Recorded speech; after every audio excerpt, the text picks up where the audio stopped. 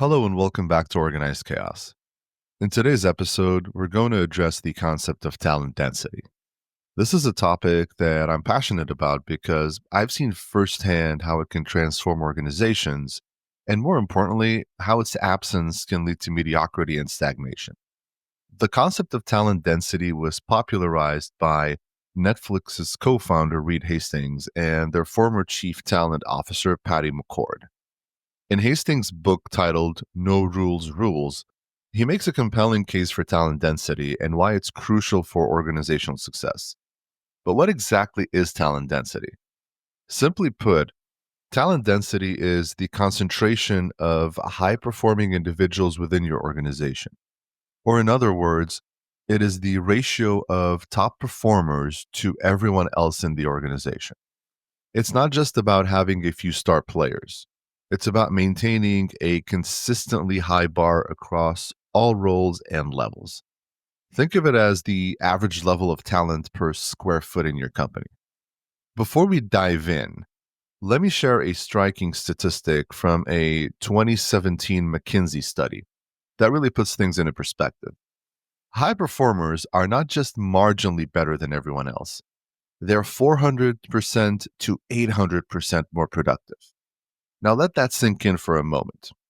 One exceptional employee could deliver the output of 4 to 8 average ones.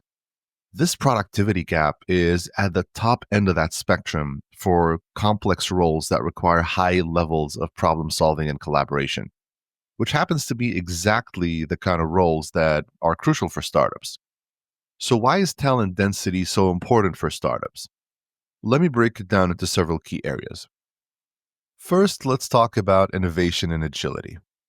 Startups operate in fast paced and often uncertain environments where the ability to innovate and make quick decisions is pretty important.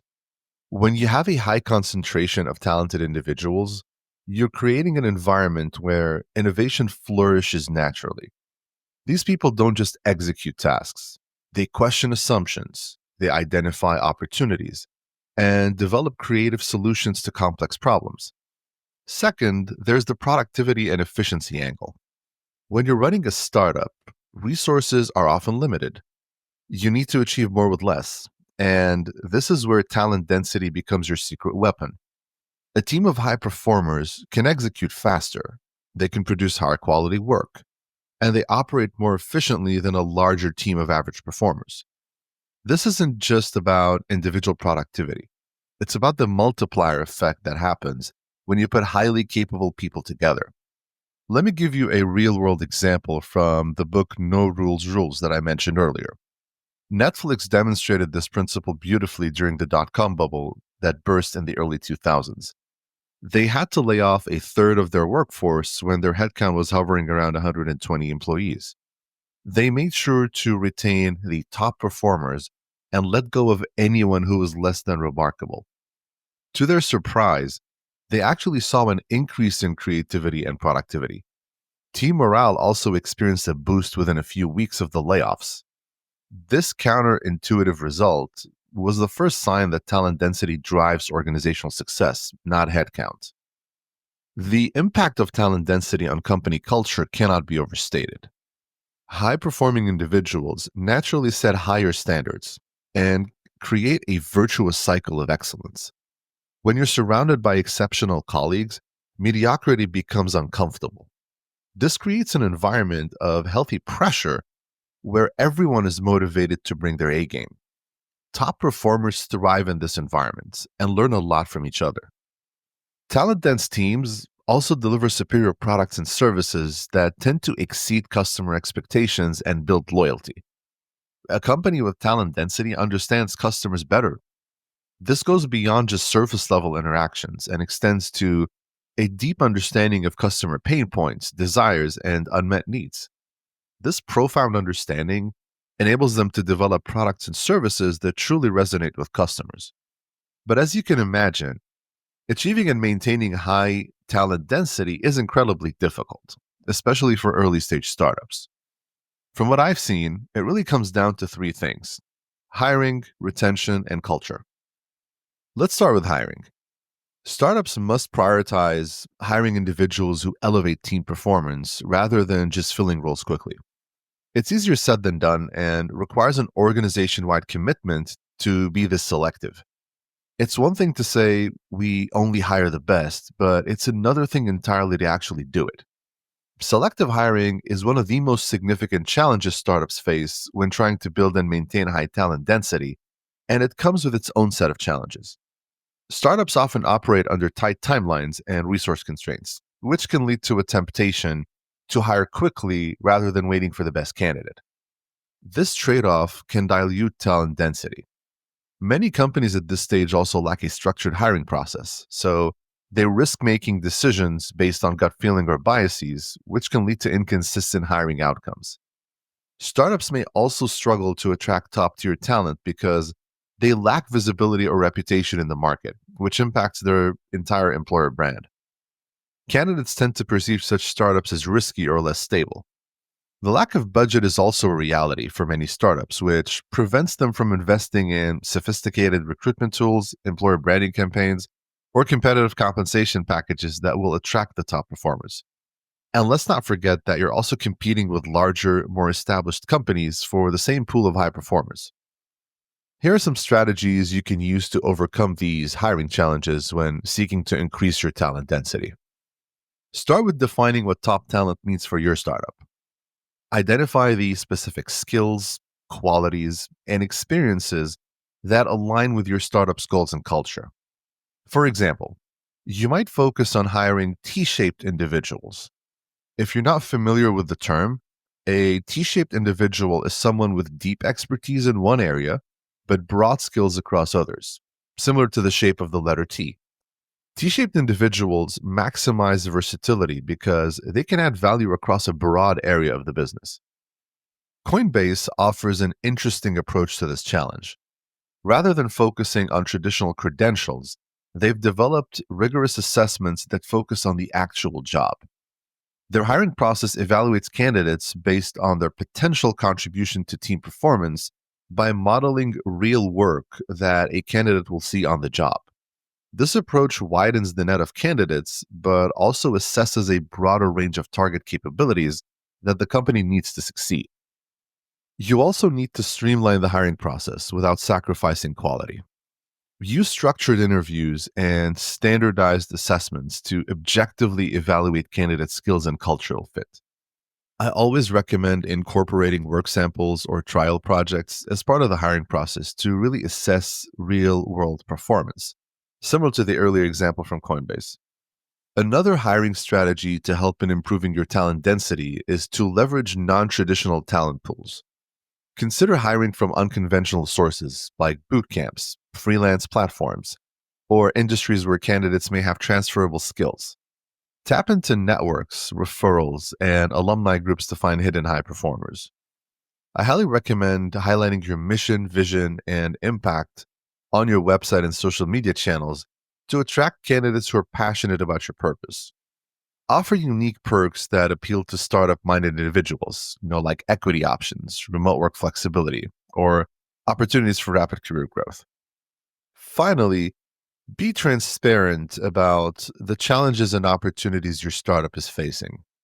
High performers are drawn to challenging environments where they can make an impact. Be honest about the hurdles your startup faces, but also emphasize how candidates will play a pivotal role in overcoming them. Okay, let's move on to talent retention. Retaining top talent is just as important as hiring them because losing high performers dilutes your talent density. However, retaining talented employees is quite challenging for startups due to their unique constraints. First, you have the reality of limited resources for compensation. Startups may struggle to match the salaries or benefits offered by larger companies or even more established startups, which makes it harder to retain employees who are motivated by financial incentives. You also have the risk of burnout as a result of that high pressure environment of a startup. Startups often demand long hours and intense commitment from employees. Without proper support or work life balance initiatives, even highly motivated individuals will burn out at some point. Early stage startups also have flat hierarchies. So employees may feel uncertain about their long term growth prospects within the company. Here are some of my recommendations for improving retention to maintain your talent density. Start by offering meaningful work. High performers are often motivated by purpose and impact rather than just financial rewards. Clearly communicate how their contributions directly influence the startup's success and mission. Involve employees in strategic decisions or give them ownership over key projects to make them feel valued. Another strategy I always recommend is to provide equity or long term incentives. This is something I mentioned earlier when talking about hiring, but this is something that can also be introduced post hiring. As a startup, you're fighting a losing battle if you're just trying to compete on salary alone. Offer equity options or profit sharing plans that align employees' success with the company's growth. Listen, top performers have confidence in their abilities to succeed, and they will be motivated by the challenge. You should also highlight potential upside opportunities like potential IPOs or acquisitions when you're discussing compensation packages, assuming those are in the cards for you. Also, invest in professional growth. Offer personalized development plans that include training programs, mentorship opportunities, or access to industry conferences. Encourage your employees to take on cross functional roles or stretch assignments that help them build new skills while contributing meaningfully. Top performers are hungry for knowledge and acquiring new skills, so scratch that itch for them.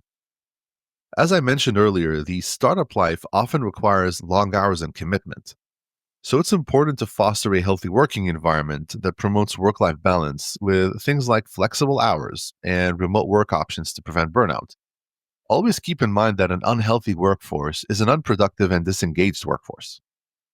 Something that I see startups and larger companies forget is to regularly conduct stay interviews.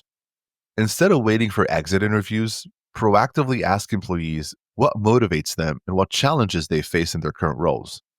You want to be able to detect any red flags early and take quick action because replacing top talent is no easy feat. Finally, adapt job roles as the company scales and evolves.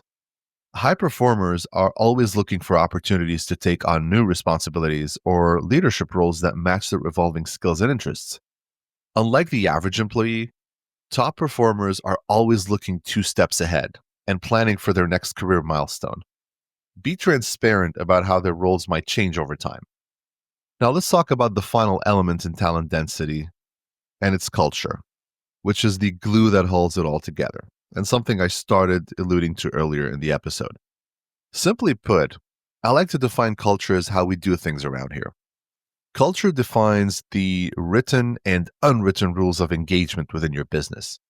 It is the blueprint for how you lead, collaborate, make decisions, hire, fire, and every other action you take as a business.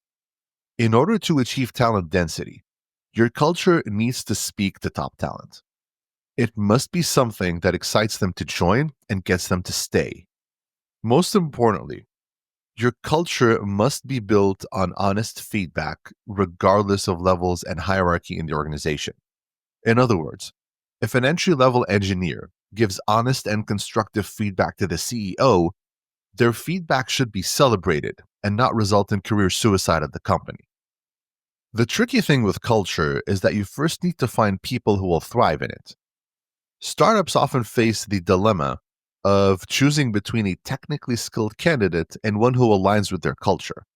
While technical expertise is essential, hiring someone who does not fit culturally can disrupt team dynamics and lower morale. That's why I always advise startups to be deliberate about culture. Define your culture and what it stands for. One mistake I see too often is a culture that tries to please everyone yet pleases no one. You're better off defining and building a radically different, even controversial culture than a cookie cutter one that every company out there claims to have. I mean, can you guess which company's values were integrity, communication, respect, and excellence? Enron, which went bankrupt due to a massive accounting scandal. For example, top management consulting firms are infamous for their go up or go out unwritten norm. It means that consultants are expected to continuously climb the career ladder within a set time frame, or they will be managed out of the firm. Those who aren't able to move up at the required pace receive feedback from their managers well in advance, and are generally supported by the firm in finding alternative employment. They get access to great job opportunities from clients and the alumni network, and it ends up being a win-win situation for everyone involved. At face value, this strategy might seem cutthroat and radical, but that's what works for those companies. It's not designed to please everyone and is targeted at a very specific type of employee population. There's zero chance that you will ever build talent density if your culture is not crystal clear and targeted. Because at the end of the day, the definition of top performance will be different for every company, and you want to hire people who will live up to your unique definition. Let me wrap up with this point. If you're a startup aiming to disrupt your industry or scale rapidly, then talent density isn't just a nice to have. It is a non-negotiable must-have. As Reed Hastings famously noted, in all creative roles, the best is easily 10 times better than average. This multiplier effect becomes even more pronounced in the startup environment, where every hire has an outsized impact on the company's success. The path to building and maintaining high talent density isn't easy, but it is worth every ounce of effort. By prioritizing selective hiring, fostering a supportive culture, and investing in employee development, you're not just building a team. You're creating a foundation for sustainable success. And that's all for this episode of Organized Chaos. In the next episode, I'll be discussing the importance of organization structures as a startup scales. See you on the next one. Thanks for tuning in. If you enjoyed this episode, please leave me a review wherever you get your podcasts. This will help me spread the word about Organized Chaos and keep the show going. If you have any questions or topics you'd like to suggest for the show, please send me an email to hello@organizedchaos.fyi. For more content and resources, make sure to check out the website at organizedchaos.fyi. See you on the next one.